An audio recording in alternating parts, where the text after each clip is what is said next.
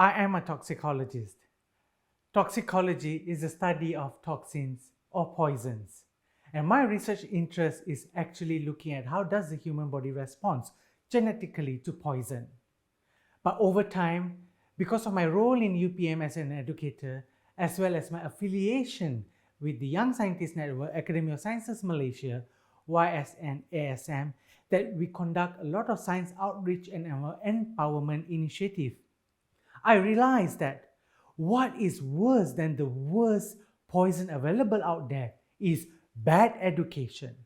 I, Manraj Singh Cheema from the Department of Biomedical Sciences, Faculty of Medicine and Health Sciences, University Putra Malaysia, and FAScinate, am going to talk to you about the need for educators to invest in education, as well as also students to embrace education, especially science education.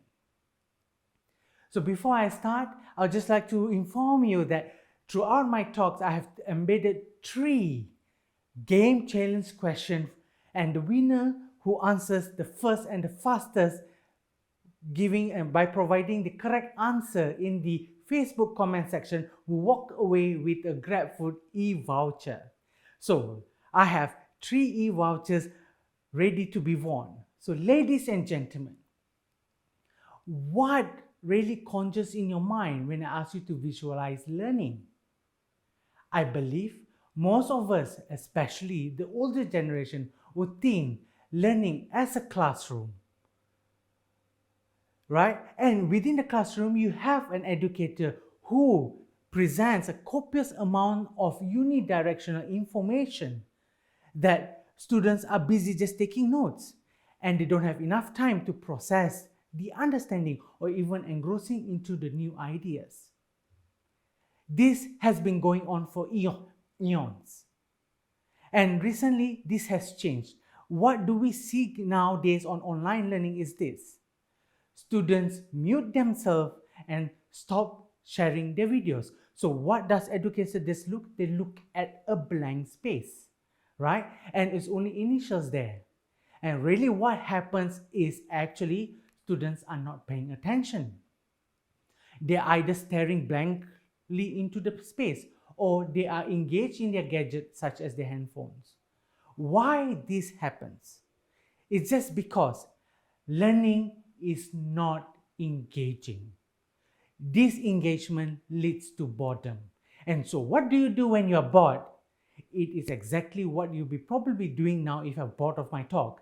You'll be checking your handphones, updating your Facebook, or even just scribbling down on a piece of paper. Why so? Is it wrong? No, it's not wrong. What you are trying to do is actually you are trying to engage yourself. You're trying to entertain yourself. So, why does this engagement occur? Well, basically, this engagement occurs when you have undesirable factors that really anchors down engagement outweighs factors that increases engagement. Factors such as discouraging attitudes, right? Whereby the educators are not really enthusiastic and their response are very cold and reserved.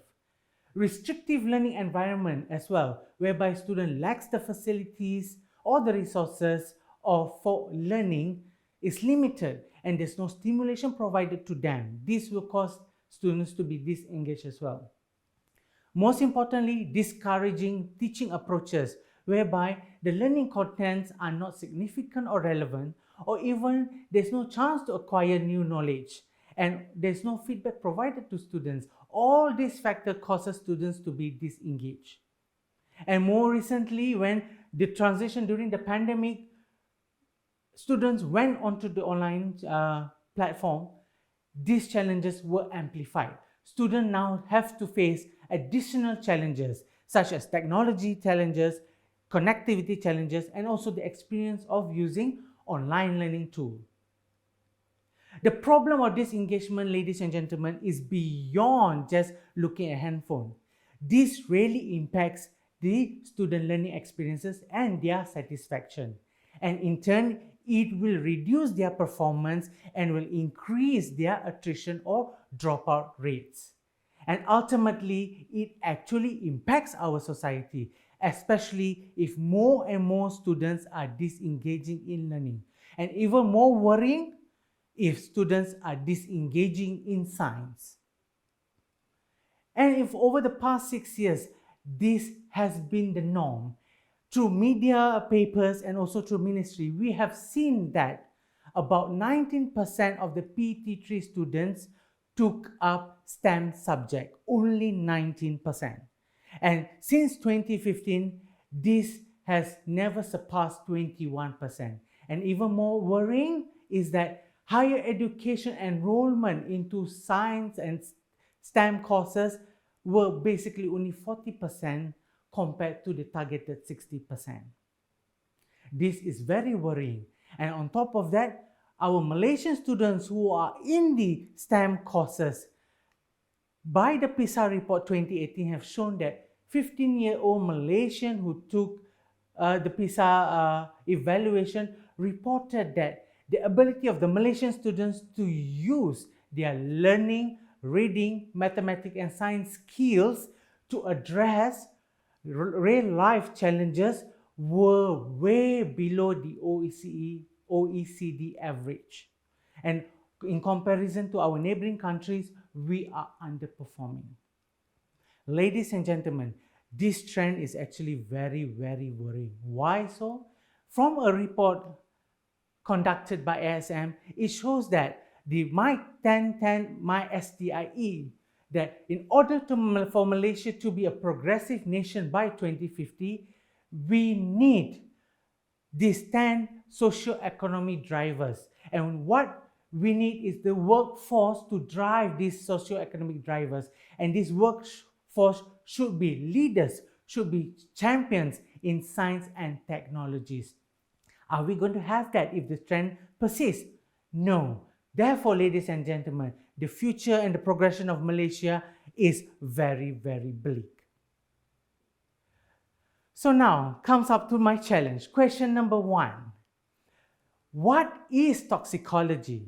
So to guys who want to attempt, please put in your answer in the Facebook comment section. Put in Q1 followed by your answer. So what is toxicology? A is the study of remedies.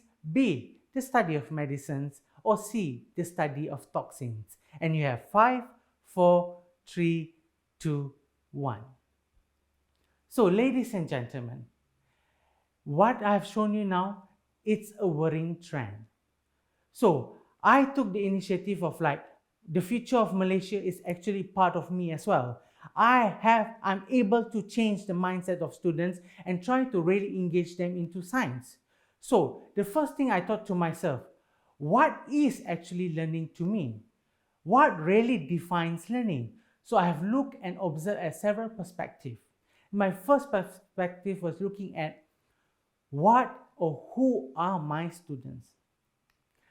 The current students in higher education are known as the Z generation or the Z generation, whereby they are very technology savvy and they are master of the social media. And they love information to be available to them 24 hours. Okay? And the common traits of them is they love technology, they are very much achievement orientated. However, they prefer feedback setting whereby they can improve themselves and they work excellently as a team player in a collaborative effort. And how does Gen Z really learn?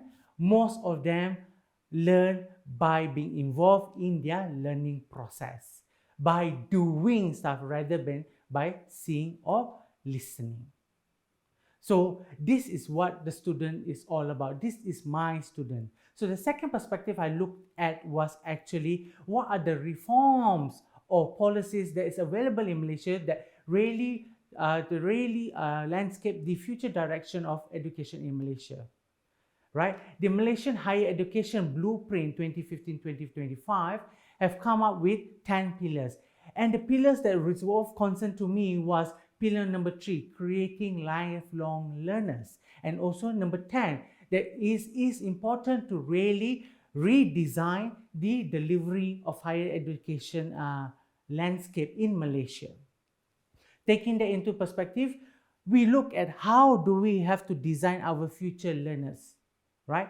So there is skills needed for the future. It's called the future fit skills domain. We have 9 domains here, and the reason of these skills is to ensure that our students are future ready and future proof. And these skills involve skills such as problem solving, creativity, critical thinking, collaborative work, but most importantly is also getting going, starting the initiative by themselves and making real life connection, and most importantly to give back to the society, making an impact to the society and the nation. And lastly, I thought I should ask the biggest untapped potential out there, the students. How do you learn best? So I have done this and asked them. And from my observation, students learn best when they have audios, when they have visuals, when they have activities, they have games, and basically they are involved in their learning process. So ladies and gentlemen, taking all this into consideration, the learning styles, the learning needs, and the skills needed so that our students are future-proof and future-ready, is what is learning to me. And of course, taking my cultural background as an Indian, I love Bollywood. So it's very simple. Learning is actually entertainment. And it's very important to really teach science through entertainment, because as we all know, especially for my subject in toxicology, it's a very dry subject. Student depends on memorization and factual recalling, and this is not the way forward. So how would I change my learning into entertainment? The solution here is known as the G squared. It's the gamification engagement-based learning. Gamification is just that you introduce elements of game in your learning experiences, whereby game-based learning is where students acquire knowledge by playing the game. Okay, so ladies and gentlemen, how would G squared work? Basically, G squared works by introducing challenges which are mapped to the learning outcomes, and thereafter you have levels to really show the student attainment of the content of the matter. Then you of course provide them instant feedback so that they can reinforce their learning processes, and thereafter you introduce engagement and motivation by introducing scores, badges, and leaderboard. This will really get them engaged. And thereafter do provide competition, because they are able to evaluate where do they stand in comparison to their peers for self-improvement, right? And finally, to collaborate so that they can build up their communication skills, team building skills, and leveraging on their peers and experts to meet their goals. What drives engagement in G squared, you might ask? Well, the first thing is to have a captivating and compelling narrative. Second thing is to really understand and set the rules and goals of your activity, and provide challenging tasks, but yet it's still achievable. And of course, providing accelerated feedbacks to them is very beneficial to increase their engagement. Numerous studies have shown the benefits of G squared, right? From this current paper that was published recently, we have seen that they have tried to use the element of G squared in the learning process of a very dry subject, statistics, calculation. What they have seen that in the control group, whereby it's a traditional reading, the student only performs at 38%. When they introduce the gamification and game-based learning elements into it, the performance went up to 54%. And if you use the gamification G squared elements within other teaching approaches, this would further improve their performances. And from the other surveys available out there, students have really shown that 80% says that if they have gamification elements in their learning process, they will be 80% more productive. And 82% of students love if those levels, challenging levels, are multiple and they're able to explore the content of the game. And 62% says that if you introduce points, rewards, and leader score, that would increase their motivation. And interestingly, 90% of the learners says they're able to recall the information and also understand the learning content very well. So ladies and gentlemen, G Squared really encourages learning to be more motivating and more engaging compared to traditional courses. So I'd like to bring your attention to that even a simplified version of gamification, which is using Kahoot at the end of your class, research has shown that Kahoot really reinforce what they have learned in class. And while playing Kahoot, students have reported that they don't only have fun, but they learn too. And majority of them said while playing Kahoot, it motivates them and sparks interest in their subject matter. Very, very interesting. So now let's do the challenge number 2. Question number 2. What is the benefit of G Squared? A. It deters reinforced learning. B. It's more engaging and motivating. C. It helps the memorization only. 5, 4, 3, 2, 1. Ladies and gentlemen, now I've already shown you that G Squared is the way forward. So what is the approach that I should take to design my G Squared activities? So these are the 4 approaches that I have employed for any G Squared application that I'm going to design.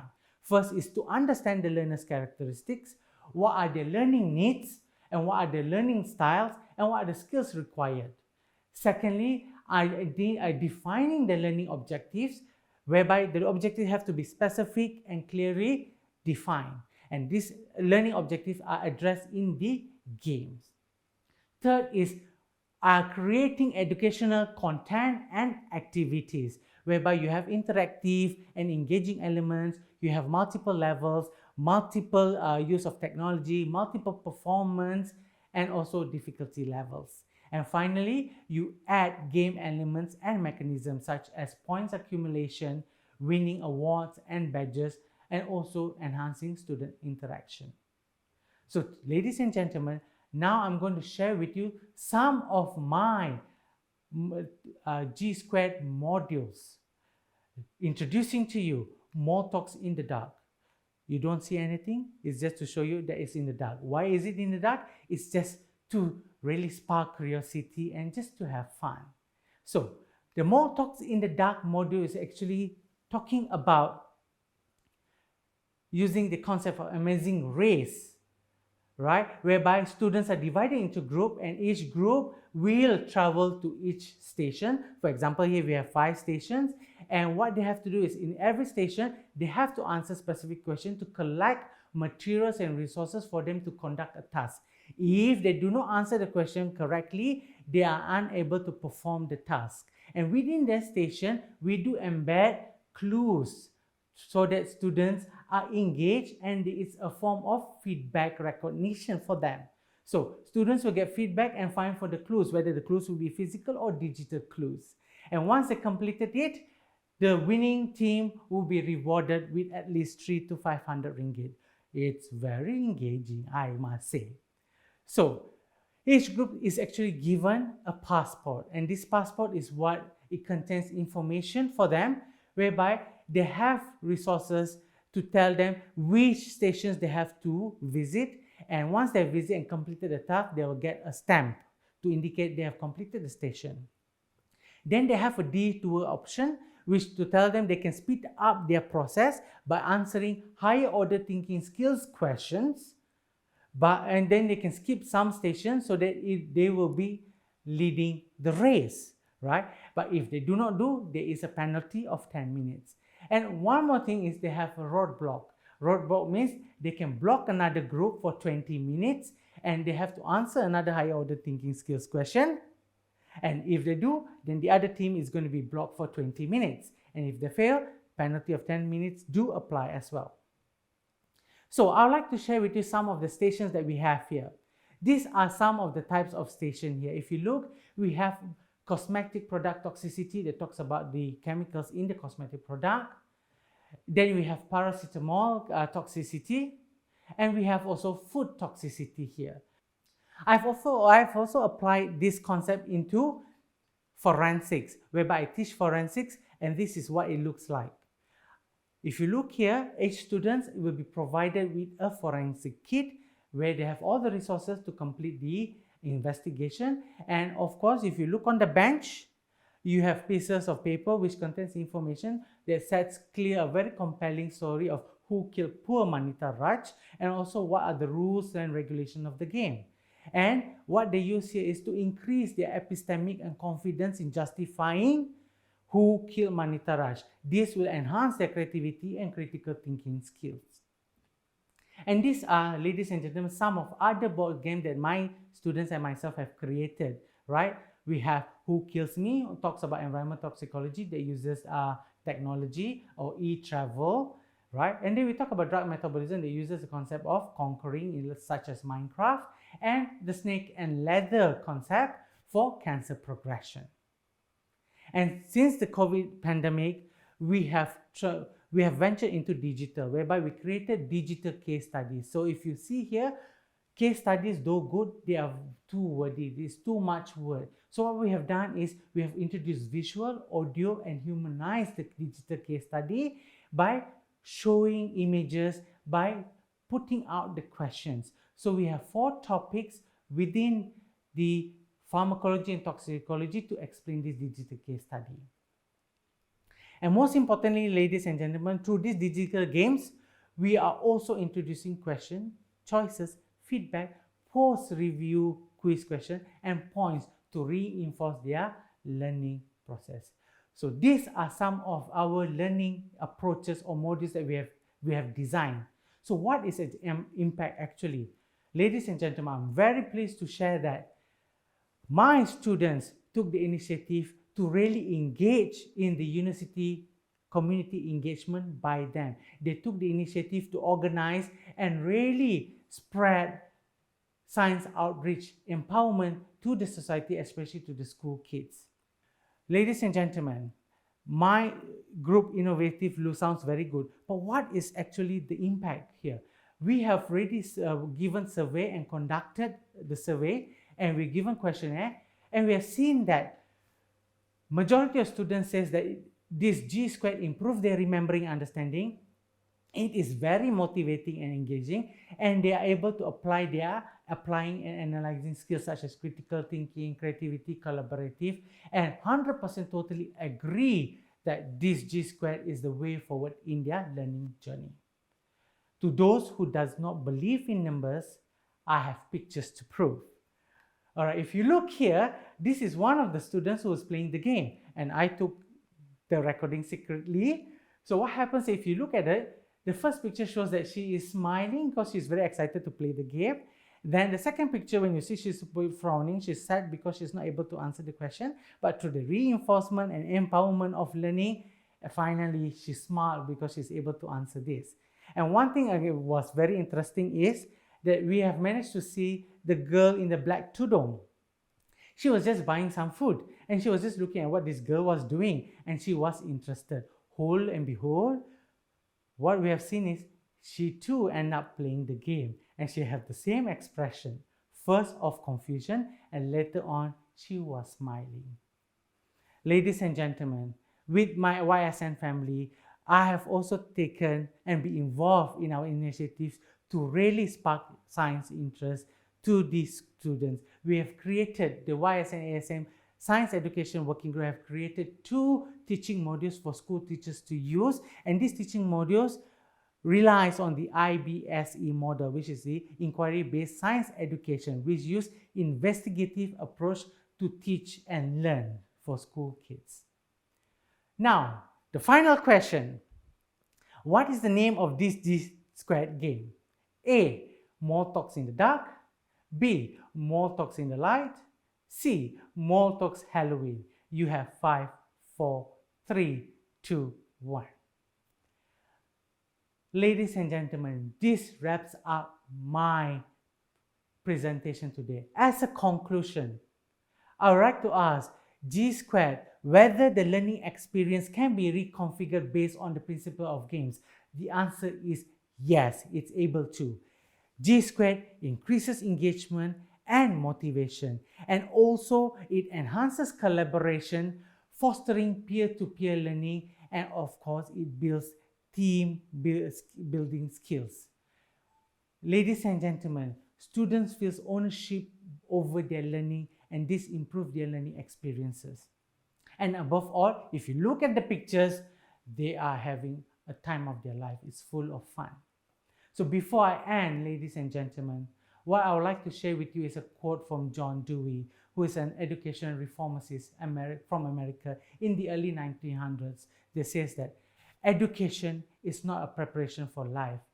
Education is life itself.